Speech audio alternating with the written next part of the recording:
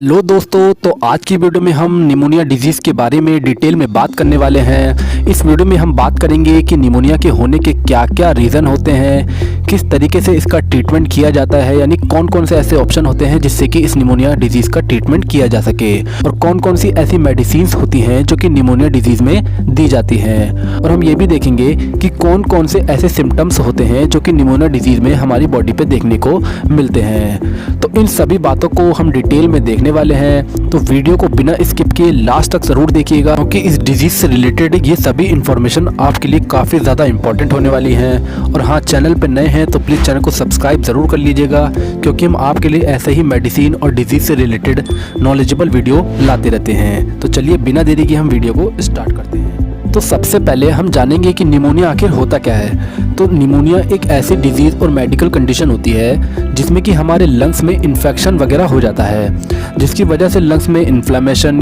या फिर स्वेलिंग वगैरह होने लगती है। तो स्पेशली जो हमारी एल्विलाई यानी लंग्स में एयर सैक्स होते हैं वो सबसे ज़्यादा इस कंडीशन में अफेक्ट होते हैं, जिसमें कि जो हमारी एल्विलाई होती है उसमें काफ़ी ज़्यादा मात्रा में म्यूकस जमा होने लगता है और वहाँ पर स्वेलिंग वगैरह होने लगती है, जिसमें कि एल्विलाई का जो सरफेस एरिया होता है वो काफ़ी ज़्यादा कम हो जाता है, और जिससे कि हमें सांस वगैरह लेने में काफ़ी ज़्यादा कॉम्प्लिकेशन होता है। तो निमोनिया एक रेस्पिरेटरी ट्रैक्ट इन्फेक्शन होता है, जिसमें कि जो हमारे लंग्स में टर्मिनल ब्रोंक्यूल्स के एंड में जो एल्विलाई होती है वहाँ पे हमें सूजन वगैरह देखने को मिलती है, जिसमें कि म्यूकस इकट्ठा हो जाता है और हमें काफ़ी ज़्यादा कॉम्प्लिकेशन होता है। देखिए, जो हमारी एल्विलाई होती है उसका रेस्पिरेशन में यानी गैसेस की एक्सचेंज में, यानी जो हम ऑक्सीजन हवा से लेते हैं या फिर CO2 एनवायरनमेंट में छोड़ते हैं, तो उसमें एल्विलाई का काफ़ी ज़्यादा योगदान होता है।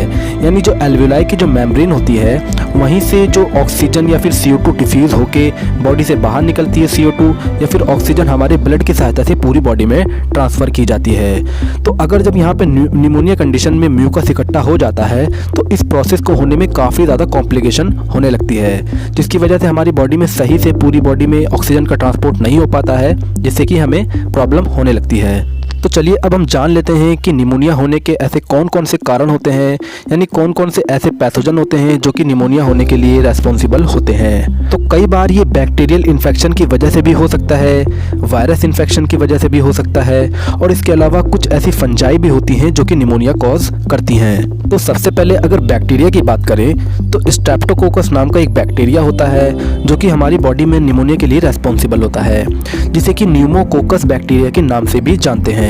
तो ये बैक्टीरिया हमारी बॉडी में सांस के जरिए एंटर करता है, जो कि आगे जाके निमोनिया कॉज कर देता है। इसके अलावा कुछ वायरस भी होते हैं जिसे कि हम इन्फ्लुएंजा वायरस भी कहते हैं। तो ये जो वायरस होते हैं ये हमारे लंग्स में इन्फेक्शन वगैरह कर देते हैं, जिसकी वजह से हमें आगे जाके निमोनिया जैसी बीमारी हो सकती है। तो ये वायरस भी हमारे एयर में प्रेजेंट होते हैं और ब्रीथिंग के थ्रू हमारी बॉडी में ट्रांसफ़र हो सकते हैं। तो जैसे कि हम यहाँ पे कुछ वायरस की बात करें तो RSV वायरस, जिसे कि हम रेस्पिरेटरी सिंसिशियल वायरस भी कहते हैं, तो ये भी निमोनिया जैसी प्रॉब्लम कॉज कर सकता है। इसके अलावा अभी रिसेंटली कोरोना वायरस यानी कोविड-19 के वायरस ने काफ़ी ज़्यादा इन्फेक्शन कॉज किया था, जो कि एक सार्स फैमिली का एक वायरस होता है, तो ये भी आगे जाके निमोनिया जैसी प्रॉब्लम कॉज कर सकता है। तो इस तरह कई तरह से वायरस या फिर बैक्टीरिया या फिर कुछ फंजाई होती हैं जो कि निमोनिया जैसी प्रॉब्लम कॉज कर सकती हैं। तो चलिए अब हम देखते हैं कि निमोनिया के कौन कौन से ऐसे सिम्टम्स होते हैं जो कि हमें देखने को मिलते हैं। तो बहुत सारे ऐसे सिम्टम्स होते हैं, लेकिन हम यहाँ पे कुछ मेन सिम्टम्स की बात करने वाले हैं। तो सबसे पहले पेशेंट को काफ़ी ज़्यादा सिर में दर्द होने लगता है, अचानक भूख कम होने लगती है, यानी कुछ भी खाने का बिल्कुल भी मन नहीं करता है। और इसके अलावा हार्ट रेट पे काफ़ी ज़्यादा असर पड़ता है, यानी हार्ट रेट इंक्रीज़ या फिर डिक्रीज़ भी हो जाती है, और तेज़ बुखार आने लगता है, और पेशेंट को काफ़ी ज़्यादा ठंड भी लगने लगती है, यानी चिल फीवर होने लगता है, जिसमें कि पेशेंट का टेम्परेचर लगभग 104 से लेकर 105 फ़ारेनहाइट तक भी चला जा सकता है। इसके अलावा मसल्स में काफ़ी पेन होने लगता है और पेशेंट को काफ़ी कमज़ोरी महसूस होने लगती है। इसके अलावा चेस्ट पेन होने लगता है, पसलियों वगैरह में दर्द होने लगता है, और काफ़ी ज़्यादा कफिंग होने लगती है, मतलब बलगम वाली खांसी होने लगती है, और हमारे जॉइंट में भी पेन होने लगता है, नोज़िया, वोमिटिंग वगैरह भी होने लगती है। तो ये सभी सिम्टम्स निमोनिया के केस में देखने को हमें मिलते हैं। तो स्पेशली निमोनिया में जो लंग्स होते हैं उसमें एल्वियोलाई में काफ़ी म्यूकस जमा होने लगता है। ये हम पहले भी बात कर चुके हैं। म्यूकस यानी फ्लेम जो बलगम होता है वो हमारी एल्वियोलाई में जमा होने लगता है। जैसे कि आपने कभी ना कभी सुना ही होगा कि फेफड़ों में पानी भरने लगता है, तो इसका यही मतलब होता है कि एयर सैक्स में यानी हमारी एल्वियोलाई में म्यूकस जमा होने लगता है। तो चलिए अब हम बात करते हैं इसके डायग्नोसिस की, यानी किसी व्यक्ति को कैसे पता चलेगा कि उसे निमोनिया है। तो सबसे पहले अगर बात करें तो पेशेंट का एक चेस्ट एक्सरे लिया जाता है, जिसमें कि पता लगाया जाता है कि निमोनिया कितना सीवियर है या फिर कितना उसके अंदर म्यूकस जमा हुआ है उसके फेफड़ों में। तो इससे हम ये पता लगा सकते हैं। इसके अलावा एक CBC ब्लड टेस्ट भी किया जाता है, जिससे कि निमोनिया की डिजीज़ का भी पता लगाया जा सकता है।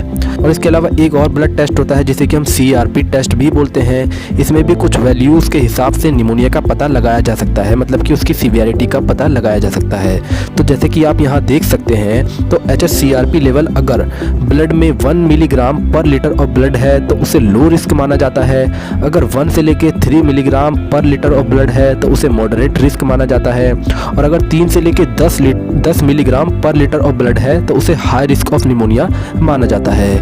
तो ये टेस्ट काफ़ी ज़्यादा इंपॉर्टेंट होता है निमोनिया के केस में। इसके अलावा एक और टेस्ट कराया जाता है जिसे कि हम स्पूटम सैंपल टेस्ट भी कहते हैं या फिर स्पूटम कल्चर टेस्ट भी कह सकते हैं। तो इसमें क्या होता है कि इसमें पेशेंट का जो बलगम या फिर स्पूटम होता है उसे एक पेट्री डिश में लिया जाता है और उसे कल्चर कराया जाता है। कल्चर कराने के बाद पता लगाया जाता है कि इसमें कौन से बैक्टीरिया या फिर वायरस की वजह से निमोनिया हुआ है। तो इस टेस्ट में इससे ये पता लगाया जा सकता है। इसके अलावा इसमें ऑक्सीजन लेवल चेक करते रहना चाहिए, हार्ट रेट, पल्स रेट को भी चेक करते रहना चाहिए, जो कि निमोनिया के केस में काफ़ी ज़रूरी होता है। तो ये सभी कुछ टेस्ट होते हैं जिससे कि निमोनिया का पता लगाया जा सकता है। तो अब हम बात करते हैं कि इसके ट्रीटमेंट में यानी कौन से ऐसे ट्रीटमेंट ऑप्शन अवेलेबल होते हैं निमोनिया को ठीक करने के लिए। तो सबसे पहले अगर पेशेंट को पता चल जाता है या फिर आइडेंटिफाई हो जाता है कि इसको निमोनिया हो चुका है या फिर कुछ सिम्टम्स दिखने लगते हैं, तो सबसे पहले उसको पेशेंट को रेस्ट करना स्टार्ट कर देना चाहिए और प्रॉपर मेडिकेशन स्टार्ट कर देनी चाहिए। तो अगर मेडिकेशन की बात करें तो पेशेंट को इसमें एंटीबायोटिक लेनी होती है, जिसमें कि शरीर में जितने भी माइक्रो ऑर्गेनिज्म होते हैं वो इसमें कम हो सकें। तो अगर एंटीबायोटिक से कोई फ़र्क नहीं पड़ता है तो पेशेंट को हॉस्पिटलाइज कर देना चाहिए ताकि वहाँ पे पेशेंट की प्रॉपर केयर हो सके। तो इसके अलावा पेशेंट को पानी ज़्यादा से ज़्यादा पीना होता है और वो भी पानी को गुनगुना करके लेना होता है। और इस कंडीशन में पेशेंट को फ्रूट जूस लेते रहना चाहिए और नारियल पानी तो काफ़ी ज़्यादा अच्छा माना जाता है इस कंडीशन में, जिससे कि पेशेंट को जो वीकनेस महसूस होती है वो ना हो। इसके अलावा पेशेंट को इसमें स्टीम इनहेलेशन लेना काफ़ी अच्छा माना जाता है, जिसमें कि जो भी हमारे लंग्स में म्यूकस और स्वेलिंग वगैरह होती है तो उसमें स्टीम इनहेलेशन का काफ़ी अच्छा असर देखने को मिलता है, जिसमें कि कुछ कैप्सूल वगैरह आती हैं जिसमें कि menthol, terpineol oil, chlorothymol, camphor, eucalyptus oil की कुछ सॉफ्ट जेल कैप्सूल होती हैं, जिसे कि आप नेबुलाइजर या फिर डायरेक्टली गर्म पानी में मिक्स करके डालकर आप इसकी स्टीम ले सकते हैं। इसके अलावा कुछ एंटीबायोटिक मेडिसिन होती हैं जैसे कि एजिथ्रोमाइसिन टैबलेट, जो कि आपको 500 mg में देखने को मिल जाती है। ये टैबलेट निमोनिया पेशेंट को दिन में 1 टैबलेट दी जाती है, जो कि हमेशा खाना खाने के बाद ही दी जाती है। इसे 3 दिन तक आप यूज़ कर सकते हैं। अगर 3 दिन के बाद कोई असर देखने को नहीं मिलता है तो आप इसको दोबारा से 3 दिन कंटिन्यू कर सकते हैं। तो अगर 500 mg हाई डोज हो जाता है तो इसका आप 250 mg टैबलेट भी यूज़ कर सकते हैं, जो कि दिन में 1 बार या फिर 2 बार भी इसको यूज़ किया जा सकता है। लेकिन एक बात ध्यान रखनी ज़रूरी होती है, तो अगर आप इसका 1 टैबलेट ले रहे हैं तो दूसरी टैबलेट को लेने में कम से कम 8 घंटे का गैप होना ज़रूरी होता है। तो इस बात को आपको ध्यान रखना चाहिए। इसके अलावा कुछ और एंटीबायोटिक टैबलेट होती हैं जैसे कि सेफेट्रॉक्सियल टैबलेट, इसको भी आप दिन में 1 टैबलेट या फिर 2 टैबलेट का यूज़ कर सकते हैं। इसके अलावा टैक्सिम OCV टैबलेट, जिसके अंदर की आपको सेफेक्सिम एंड पोटेशियम क्लेवुलिनेट का कॉम्बिनेशन टैबलेट मिल जाता है, तो इस टैबलेट को भी आप दिन में 1 से 2 टैबलेट को यूज़ कर सकते हैं। इसके बाद ओफ्लोक्सिन एंड ओर्निडाजोल टैबलेट का कॉम्बिनेशन आता है, जो कि ओफ्लोमैक ओजेट के नाम से मिल जाती है। तो इस टैबलेट को भी आप दिन में 1 से 2 टैबलेट का यूज़ कर सकते हैं निमोनिया की कंडीशन में। इसके अलावा अगर एंटीबायोटिक टैबलेट वगैरह से कोई भी असर देखने को नहीं मिलता है तो इसके लिए सेफ्ट्रिएक्सोन इंजेक्शन पेशेंट को इंट्रावेनसली या फिर इंट्रामस्कुलर रूट द्वारा पेशेंट को दिया जाता है, जिसमें कि आपको 1 से 2 ग्राम मोनोसेफ डोज को पूरे दिन के लिए दिया जाता है। इसके अलावा अगर बुखार के लिए देखें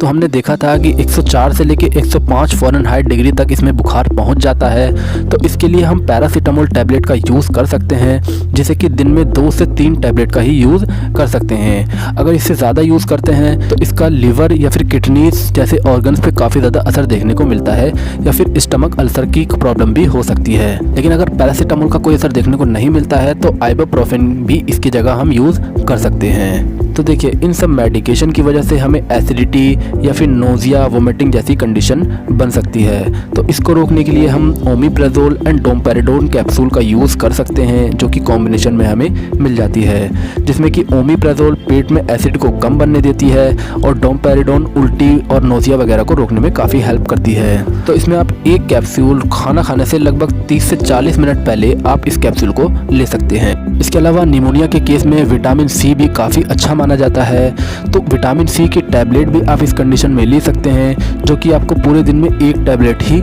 लेनी होती है। इसके अलावा कुछ multi vitamin and multi minerals tablet या फिर सिरप आती हैं, जैसे कि जिंकोविट या फिर कोई अदर ब्रांड भी आप इसमें ले सकते हैं, क्योंकि इस कंडीशन में एंटीबायोटिक वगैरह लेने की वजह से विटामिन और मिनरल्स की कमी हमारे शरीर में हो सकती है, या फिर ये हमारी बॉडी को फास्ट रिकवर होने में भी काफ़ी ज़्यादा हेल्पफुल होती है। तो multivitamin and multi minerals tablet भी हमें दिन में एक बार ही लेनी होती है, दिन में एक टैबलेट से ज़्यादा नहीं लेनी होती है। इसके अलावा कुछ ब्रोंकोडायलेटर टैबलेट्स आती हैं, जो कि हमें इस कंडीशन में लेनी होती हैं, क्योंकि जो हमारी ब्रोंक्यूल्स या फिर एल्वेलाई होती हैं, तो निमोनिया जैसी कंडीशन में इसका डायमीटर छोटा हो जाता है, जिसकी वजह से हमें ब्रीथिंग प्रॉब्लम होने लगती है। तो ये टैबलेट क्या करती हैं, हमारे ब्रोंक्यूल्स के डायमीटर को डायलेट कर देती हैं या फिर डायमीटर उसका बढ़ा देती हैं, जिसकी वजह से हम आसानी से ब्रीदिंग कर सकते हैं। इसी में अगर दूसरा ऑप्शन देखें, अगर टैबलेट का कोई असर देखने को नहीं मिल रहा है तो इसका आप इन्हेलेशन भी ले सकते हैं, जैसे कि लेवोसाल्टब्यूटानोल इन्हेलेशन सॉल्यूशन आता है, जैसे कि आप नेबुलाइजर या फिर ऑक्सीजन मास्क की हेल्प से भी ले सकते हैं, जो कि हमारी ब्रीदिंग करने में काफ़ी ज़्यादा आसानी करता है। तो ये सभी अलग अलग ऑप्शन होते हैं निमोनिया की डिजीज़ को ठीक करने के लिए। दोस्तों, आई होप कि आपको ये वीडियो पसंद आया होगा। तो अगर वीडियो पसंद आया हो तो प्लीज़ हमारे चैनल को सब्सक्राइब ज़रूर कर लीजिएगा, क्योंकि हम आपके लिए ऐसे ही मेडिसिन या फिर डिजीज़ से रिलेटेड नॉलेजेबल वीडियो लाते रहते हैं। तो चलिए मिलते हैं नेक्स्ट वीडियो में।